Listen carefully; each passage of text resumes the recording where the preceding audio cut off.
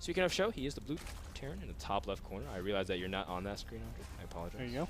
Boom. He is from Team Dignitas. And I love it the way Carmack says. He says Dignitas.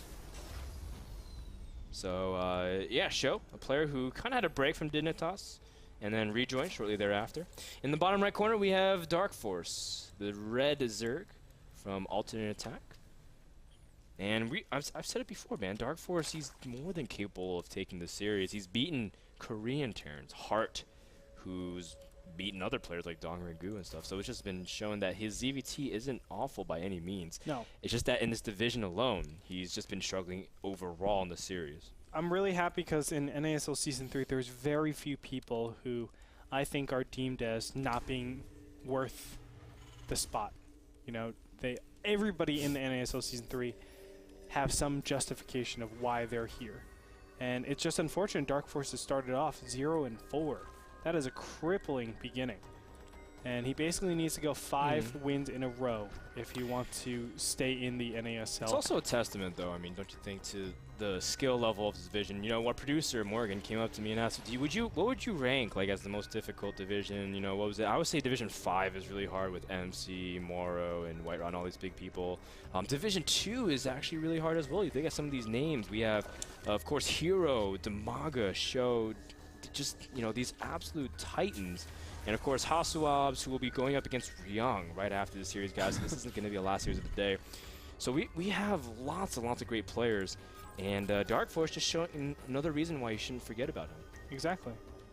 And hopefully we see more of that today.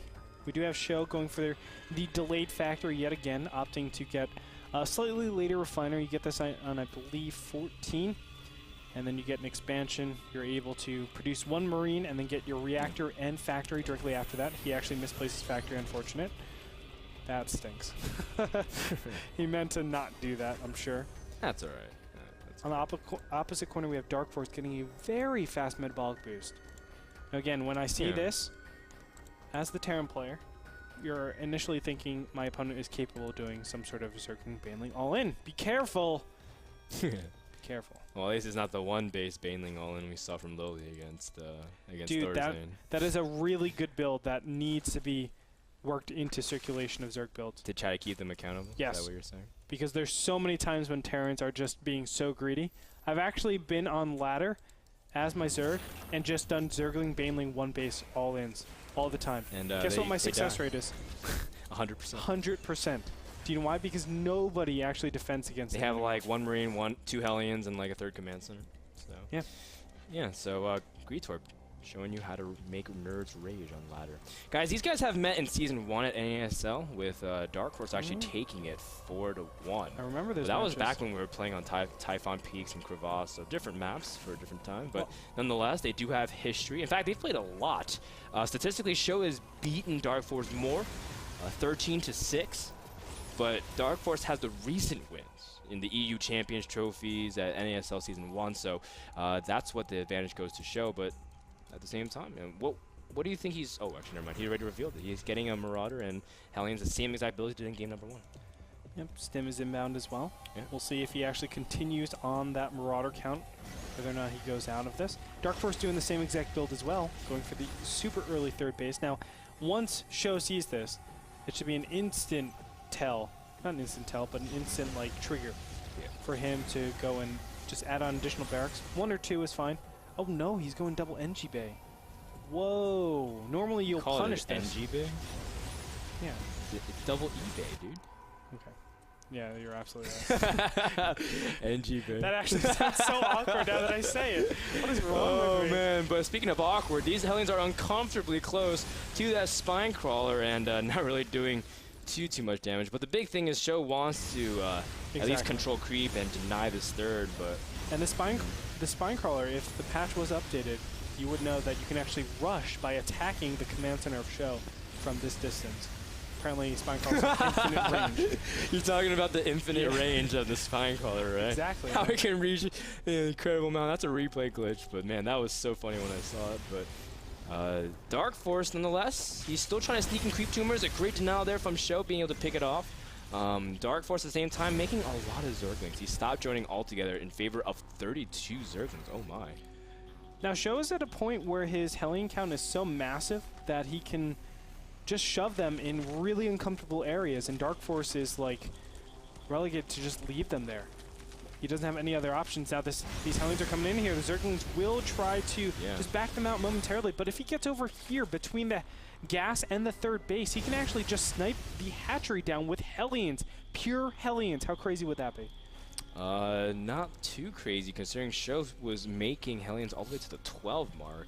Now, what's interesting is because, again, this is on the patch before today that happened this morning, so Overlords don't have the exact speed that they could. So DarKFoRcE's scouting hasn't been that great, but he's about to see these Hellions run straight into the natural, and SjoW doesn't want to back down. So these 12 Hellions can do a lot of damage if DarKFoRcE allows them to. He's trying to pull all of his queens, realizing the magnitude of the situation, trying to see if he can block those Hellions in, but there are a lot of drones and Zerglings that are very vulnerable, and SjoW can do massive amounts of damage. You can see a great flank here, but drones flanking the Hellions, that is exactly what SjoW would want, and DarKFoRcE is going to pay a huge price for letting these Hellions in. And there are still so many Hellions in here. Blue Flame is not up, of course, but he doesn't even need it at this point. Now the Hellion count is thinning out, so was it all well and done at the end of the day? I would say yes. Let's go ahead and look at it. 16 workers killed. Income tab showing 46 to 40 with the advantage going to SjoW. He's looking really good. Not only that, he has his double upgrades from his NG base, and he's looking really strong going into that mid-game stage. His NG yeah, base? I said it. It was purposeful. It was purposeful. Well, that's actually exactly what I was going to hit upon, because DarKFoRcE, a lot of people are like, oh man, the 12 Hellions, is he going to go for the double factory? But no, he saw the double E-base, and as a result, able to know that in the end, this is going to follow with Marines, and exactly what SjoW does. Let's take a moment and look about what just happened at the base of DarKFoRcE. You can see the Hellions get entry, but the big thing is that DarKFoRcE pulled his queens a little bit too late. You can see the Hellions already are behind the gases by the time the queens get there, and that was just way, way, way too late, as the Hellions were able to scourge a huge amount of drones. Yeah, of course, this was the key moment, though, getting all the way in there. But let's go ahead and look back at the live broadcast right now. Obviously, that position, you don't even have to, a lot of the times, oh, actually, hold that thought. These Zerglings are trying to flank. Nice job, though, by SjoW. Good reaction time. He will take his third base. Nothing has really happened since, but a lot of times players don't actually say, how can I roast a lot of drones? They say, how can I get into a position that roasts a lot of drones? And that was a perfect example. I mean, he was able to just skirt around the spine crawler, get into that position back in the corner, and Zerglings, drones, they're completely useless against anything that he could do. Well, consider a few things that SjoW scouted. First of all, he saw double Evo, and he saw a lot of Lings. You know, there's no Roaches or anything else. Sometimes Zerg tried to defend with Roach Ling, as we've been seeing in other matchups. Not other matchups, in other series. And SjoW also got a good count of drones, also saw guys being taken. So he has good information on what DarKFoRcE has available to him. Because last game, DarKFoRcE went for like a slower upgrade style with a lot more units, going for a huge bailing attack to deny the third.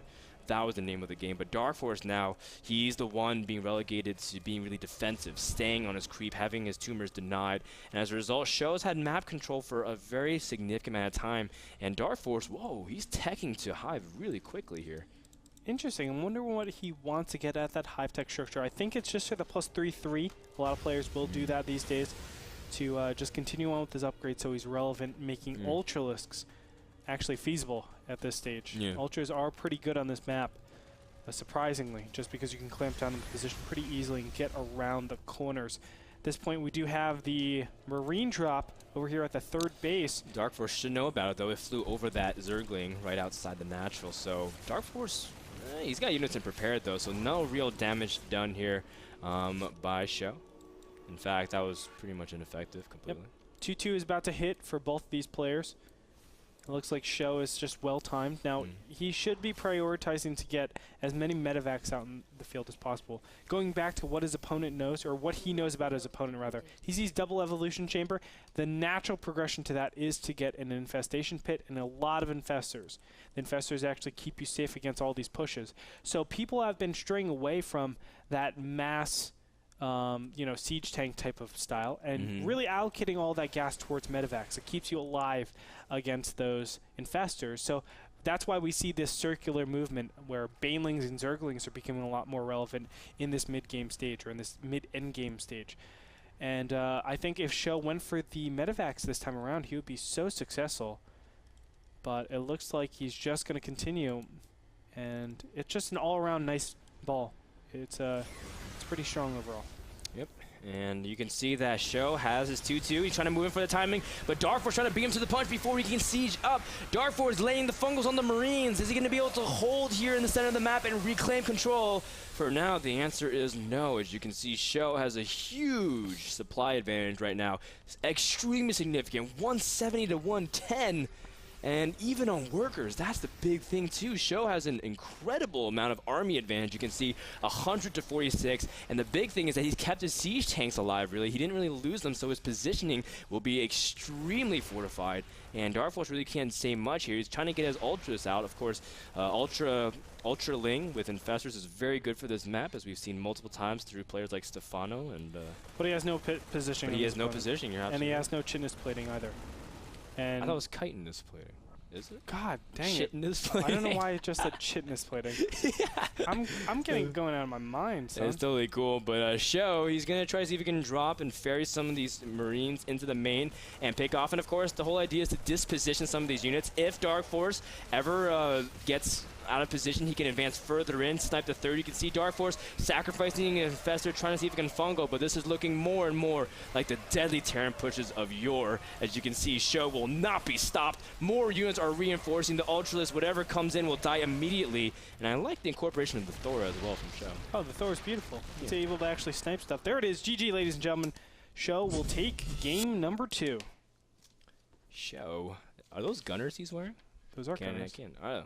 Very, very nice. Of course they are. I want a pair of gunners myself. I got them. Unfortunately. You do? I do. Share, man. You have 2 pairs? I don't. Oh, okay. Well, you don't have to share then. Guys, you know, let's talk a little bit about the game, reflect upon it.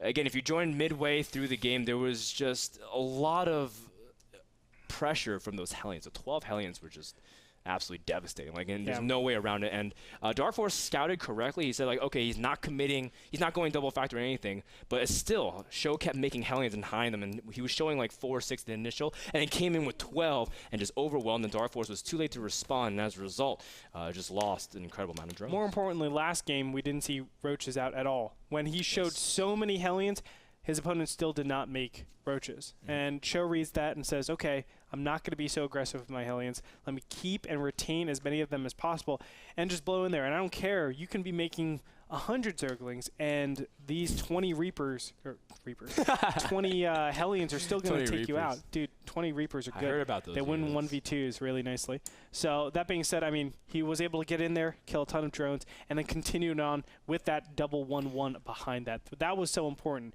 If he didn't get all those kills, I feel like the 1-1-1 would be, or excuse me, the 1-1 upgrades would be a lot weaker. But as it was, SjoW played great. Guys, that game 2 was brought to you by iBuyPower, the company that has pre-assembled PCs. Go to iBuyPower.com. And thank you so much to them for providing the power for our NASL broadcast. Guys, don't go nowhere. Game number 3, the deciding match between SjoW and DarKFoRcE is coming up right after this.